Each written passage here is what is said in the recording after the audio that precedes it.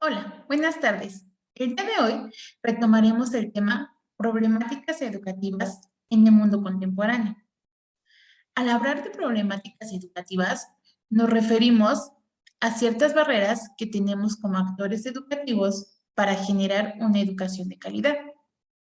Actualmente se han identificado muchas de estas problemáticas que como trabajadores de la educación es nuestro deber capacitarnos y hacer un análisis para generar soluciones o al menos algunas de ellas. Una de las problemáticas más comunes es el pensamiento erróneo que tiene la sociedad sobre los docentes.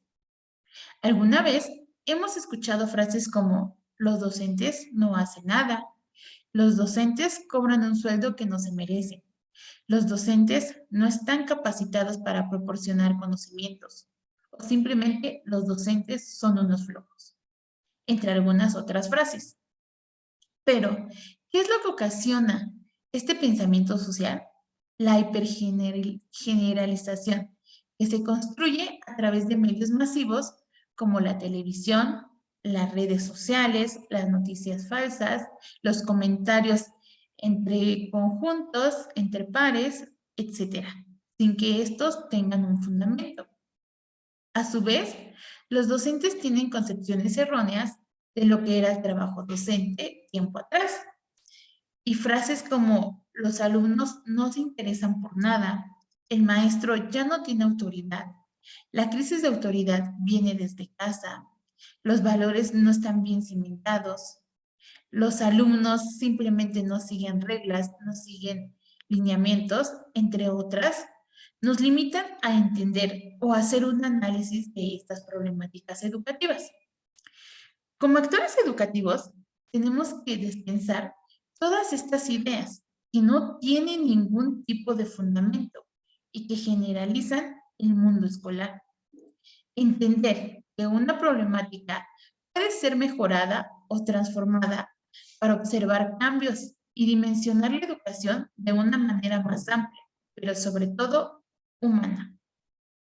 Dejar de buscar o culpabilizar a otras personas sobre estas problemáticas.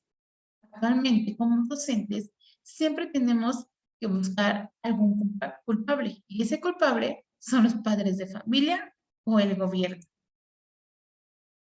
Si bien podemos hablar de una educación en términos latinos, esta educación que podemos dar un significado como criar, nutrir, alimentar, conducir de adentro hacia afuera, debemos tener claro que la educación es una influencia que configura o hace un cambio de conducta al ser humano.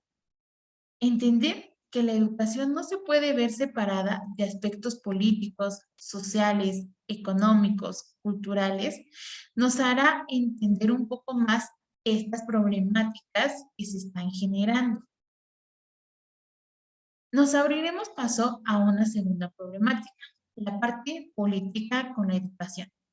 Si bien sabemos que la educación no se puede ver separada de las necesidades políticas, enseñar es hacer política. Y ayudamos a los recién llegados o a los niños pequeños a introducirse a una sociedad donde se ejecutan ciertas órdenes de convivencia y comportamientos. Tener claro que la educación tiene que cumplir ciertas expectativas en lo político y en lo social.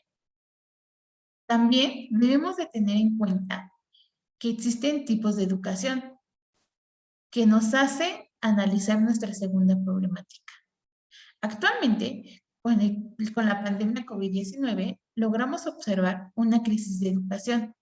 Al no contar con los medios necesarios, planes, programas, organización, etcétera, que nos ayudaran a reforzar ciertos aprendizajes que se esperaban en este ciclo escolar, por lo que nos vimos envueltos en un rezago educativo, lo que nos puede llevar al siguiente aspecto. No todos los educandos y educadores tienen la posibilidad para acceder a una educación gratuita. ¿Y por qué gratuita, entre comillas? Porque aunque hablamos de un derecho a la educación, y una obligatoriedad que determina que la escuela debe estar al alcance de todos, en este punto podemos hablar de las desigualdades sociales. Entender el contexto de los educandos beneficiaría la flexibilidad al transmitir esta educación. Como vimos en los videos de análisis, no todos tenemos la posibilidad de tener una educación, y mucho menos una educación de calidad. Existen más problemáticas que a lo mejor no están escritas dentro del libro, como los niños que están solos, los niños que son huérfanos, los niños que están dentro de prisiones, los niños que están bajo la drogadicción, entre otros.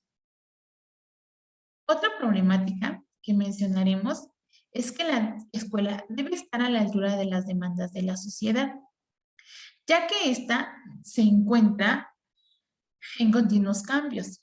Comprender las nuevas formas de ser de la familia, resignificar los contenidos de los diseños curriculares, considerar las formas y los tipos de aprendizaje, así como las ideologías actuales, hará de la escuela un espacio de encuentro con el aprendizaje. Como actores educativos, no tenemos que olvidar estas problemáticas, pero sobre todo, tratar de buscar soluciones y trabajar en conjunto, trabajar un todo. El libro me ha dejado una concepción diferente a la ideología que yo tenía de la educación, a la ideología que yo tenía de las problemáticas educativas.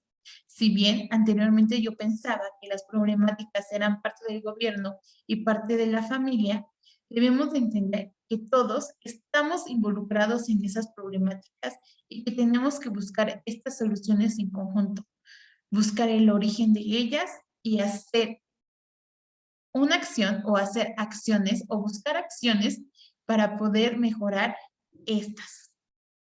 Muchísimas gracias y eso es todo por mi parte.